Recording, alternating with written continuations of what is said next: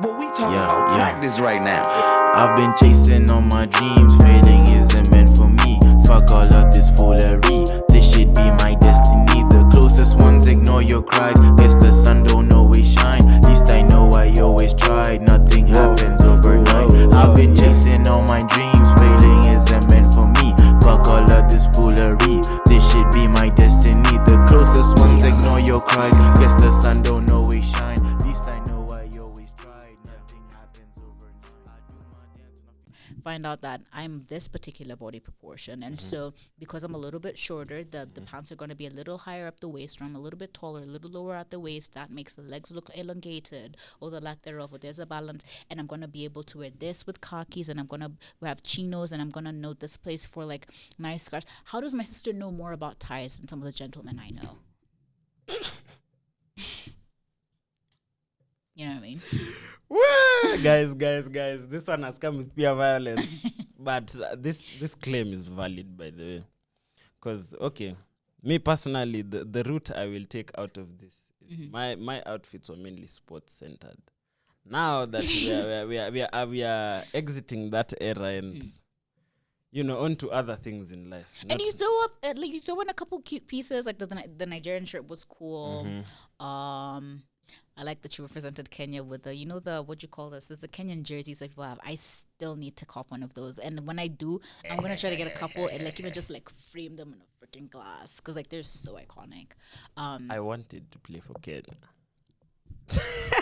News for another day. News for another day. News for another day. Off camera. News for another day. Catch me off camera. I will give you a nice story. Yeah. But anyways, let's forget about that. Let's go back to fashion. Okay. What do you think we need to do about this whole fashion thing? Because men will always complain that their clothes are expensive, which is true. So that will fundamentally that will always be the first cop out any guy will give you. Because yes, our clothes are expensive. I will start with asking, do you know my friend, what's his name? Let me check just now, actually. I'm sure he sent out a broadcast. This is just like an example of like the people, like these solutions are out there. Sorry, give me just Thrifting. Yeah. I've seen. Do I shout out my friend? Yeah, this is the time. Shout out Justin Moretti on the Kenyan Life podcast. I watched your episode with Watiri on thrifting. Oh, accessories. Oh.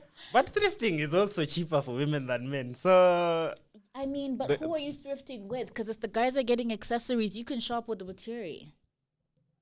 I know a couple guys DM for serious business. DM for serious business. It's a Kicks business. That I know for a fact. Cool Kicks Kenya. Shout out to Cool Kicks Kenya, by the way. That business is run by a friend of mine who's on the football team. He's a very hardworking individual. Where is the name? And after this, I'll see the broadcast of all 20 messages. Can't find it Elton, now. there we go. Elton Kicks. Okay. And for like about 1,500 to 2,000, you're able to get basketball sneakers. Basketball That's a sneakers. deal. That's a good second deal. hand, but like basketball It's sneakers. still a good deal. Yeah. So like even when I need to get like kicks for my family, like I now look into the basketball community. I go, okay, I know my mom like and dad, they're at the age of like orthopedic especially, but also make it stylish and like simple design. And we're able to get like a couple of sneakers, like a couple ideas. There's options. You're able to get good kicks from there. You're able to look out for good deals. When was the last time anybody went to like Mudurwa for like shopping?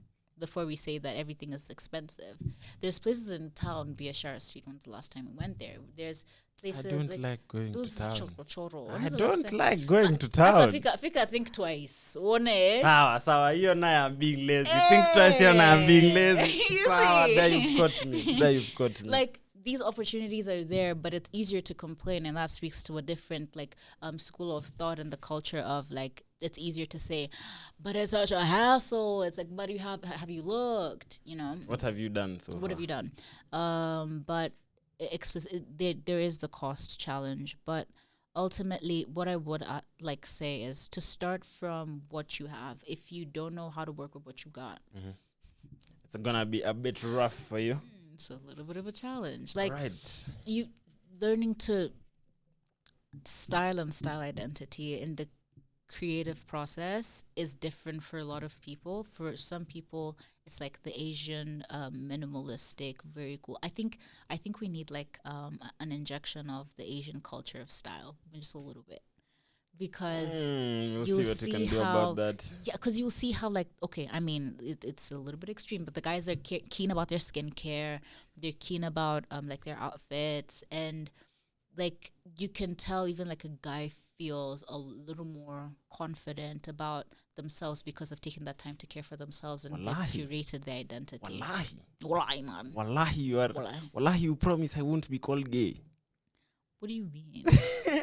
No, you see, How self-care. is that? We need to unpack that. Like some of the Kenyan identity, like the Kenyan hallmarks. Oh my gosh, do we have time? We need to unpack some of the Kenyan Me, I'll buy you time, honestly. the Kenyan For this, I'll buy you thoughts. time. Let's see what. Because why is it that we equate style with gay? Well, I think it's, what do you call it?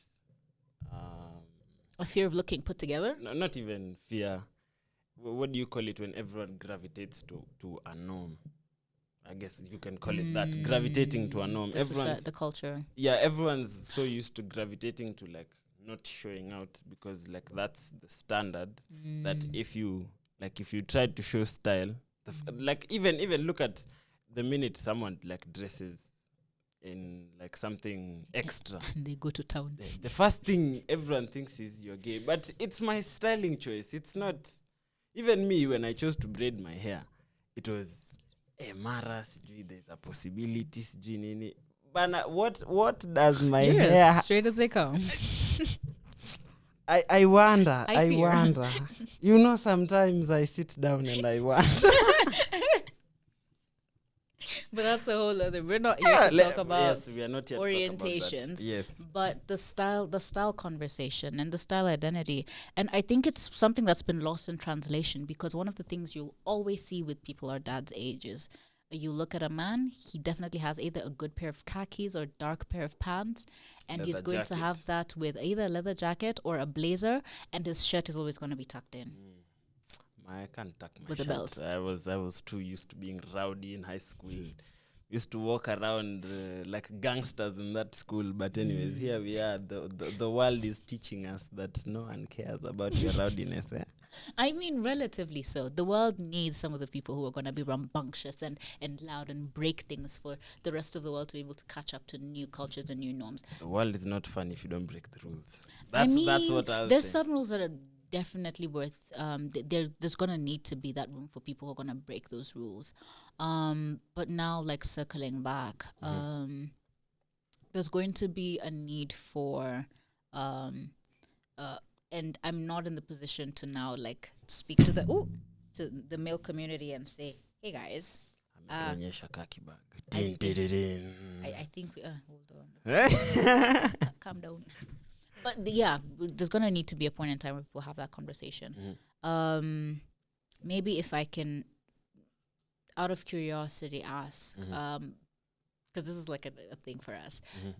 What is the shopping? This is now like this is very off the cuff, but what has been your experience been like around shopping and like clothing? I'm actually supposed to go thrifting sometime soon. My wardrobe is not looking too promising. I've been challenged, but hey, this woman has washed me clean out of the water. After I wonder why they gave me that title of Mr. Culture. They should have given it to her. She has a billion outfits from every country you could think of. But let's circle back to my shopping Because experience. for clarity, some of those photos were with you shirtless. Well, Move regardless. is skin not clothing? do not quote me on that. Do not. I need to put you know those things that they put. This shows whatever Rated R, opinions. do not repeat. But whatever opinions are expressed on this show do not directly reflect the opinions of nan.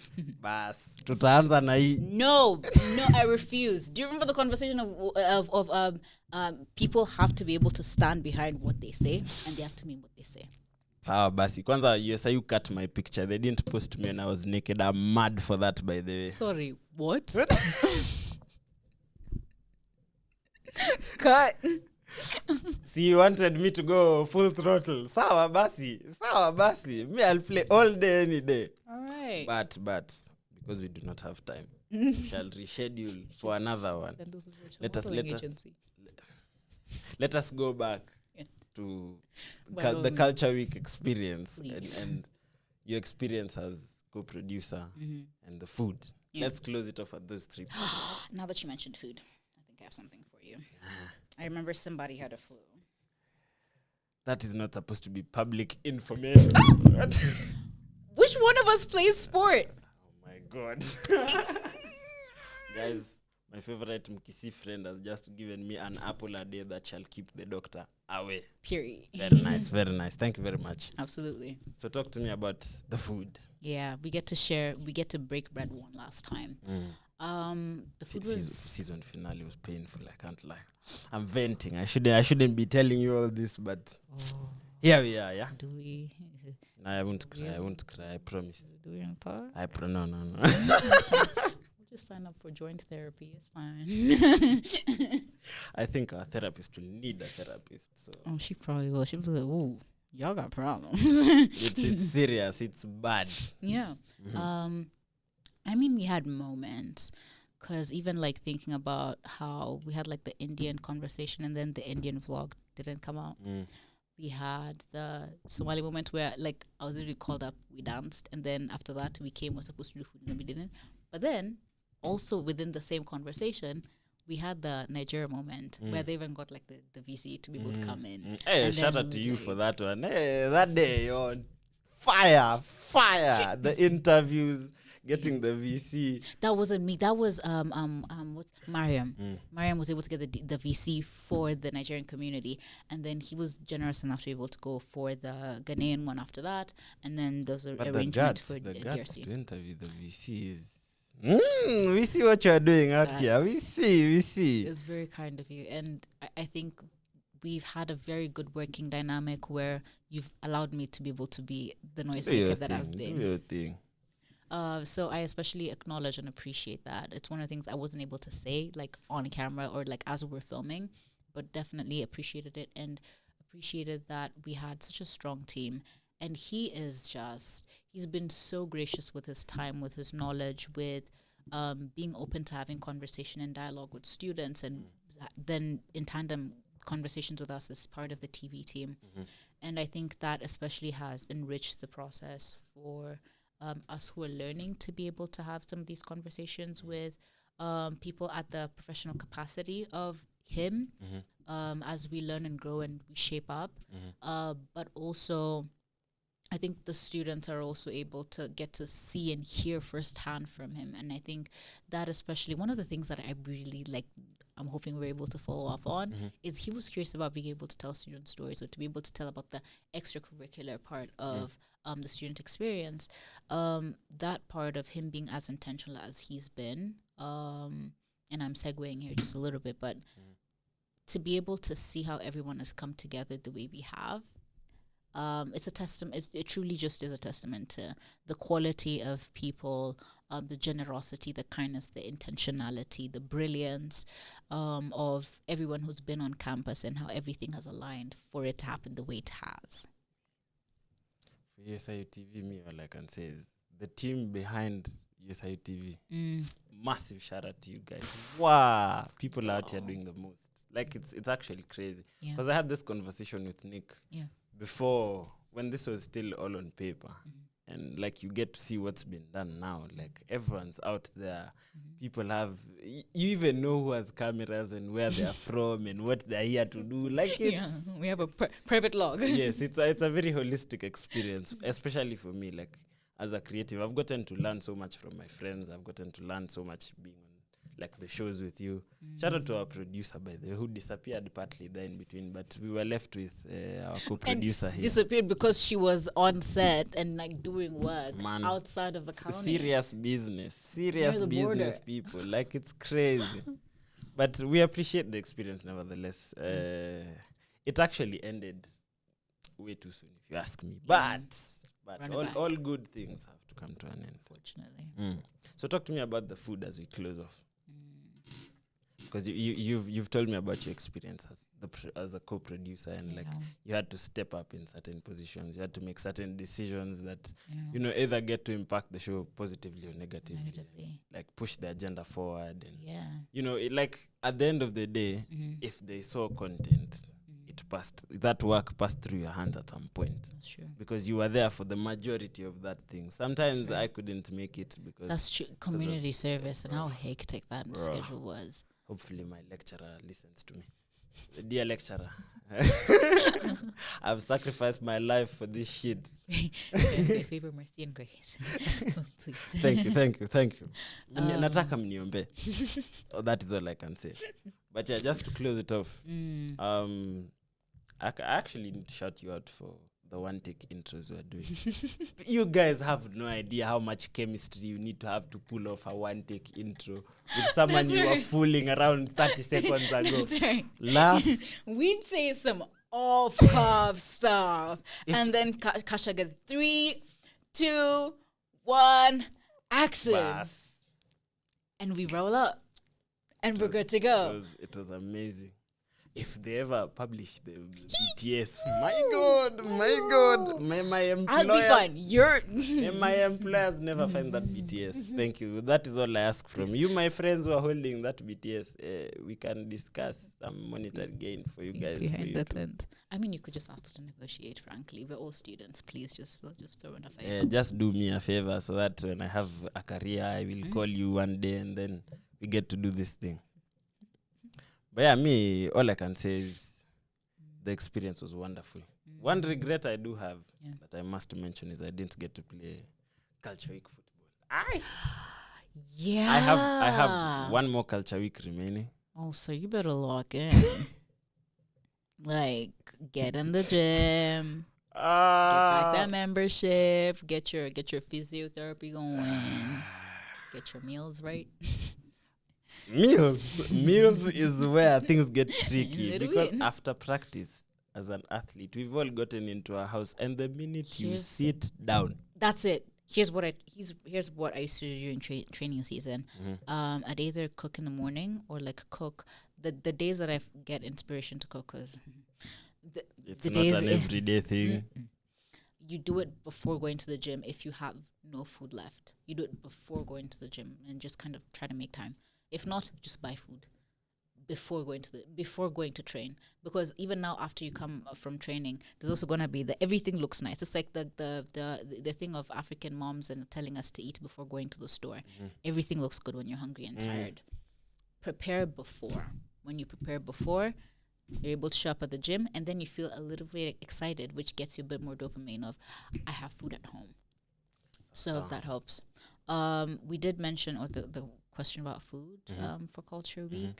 Some of the things that came together towards the end was, and this is a major appreciation to every single community, especially the ones we reached out to ahead of time, the Djibouti community that reached out and were like, yo, USI TV, like that kind of communication especially enabled us and encouraged us and enabled the process. But especially when we reached out, we said we need support with wardrobe, we need support with food, and how the food was going to come together. And we were getting subsidized rates for some of the countries. Like they said completely out, no, we're not taking any of your money. We don't care. I don't want your money. Take this plate. Please review it. Let us know what it is, and honest feedback. And that process, informed there's the conversation about a person and their culture, and then seeing or witnessing that in real time. And then also just being very aware of how much money we were spending. Bruh, do you know, like, if we were getting food for like 500 per day, and that's 3 to 4 days in a week, like... For what, 10 weeks? Damn. Yeah. You do the math, and then you tell us where we are supposed to produce that money. Well, yeah, and somehow it came together the way it needed to. The challenges were always there. If we ever looked at the challenges, that thing would have not worked. Yeah. But somehow... we said, no, it's fine, we'll figure it out. And somehow, we did. Some way. Yeah. Eventually we did. Yeah. So Massive shout out to all who participated, all the hosts. I especially all the hosts who filled in for me when I was unable to. Your job is impeccable, man. You aced that thing. They should give you a contract right now. That I receive money contracts. I receive. And for everyone, even the cinematographers, anyone who helped in the technical side, anyone who helped even bring equipment there, anyone who even just gave motivation to the host, all the people who did interviews, that's right, all the people who are ready to just tell us about their communities and all that. Shout out to all of you, man. Yes. You all have made this semester worthwhile. That is all I can say. Yeah. And to align, especially now, to like the Dreamers project, set out a vision or an identity of what your vision is ahead of time, and then believe and trust. Whether you're religious, pray. If you manifest, but believe that somehow when time comes to put it to work, the right people, and intentionally try to make yourself accessible to, or in the rooms where it needs to come together. But the right people are going to come together for the right projects. The right resources are going to align themselves somehow for things to be able to come to fruition. But you got to set that intention, and you've got to be ready for the work when it comes. And it's going to be challenging, but you prayed for the work. Show up. There's no parting shot today. Subscribe, like, and share to your friends. Thank you very much. From this end of the Dream Chasers podcast, Mona ABEBE, massive shout out. Period. Goodbye, guys. Thank you. I need to disappear and go to class. Do not tell my lecturer that I have been playing haram football here. Lakini makofi na mashago na vigedegede for Anthony Maina. Wewe. How long is this thing? You know, I don't even know how long it is. We've spoken for about an hour.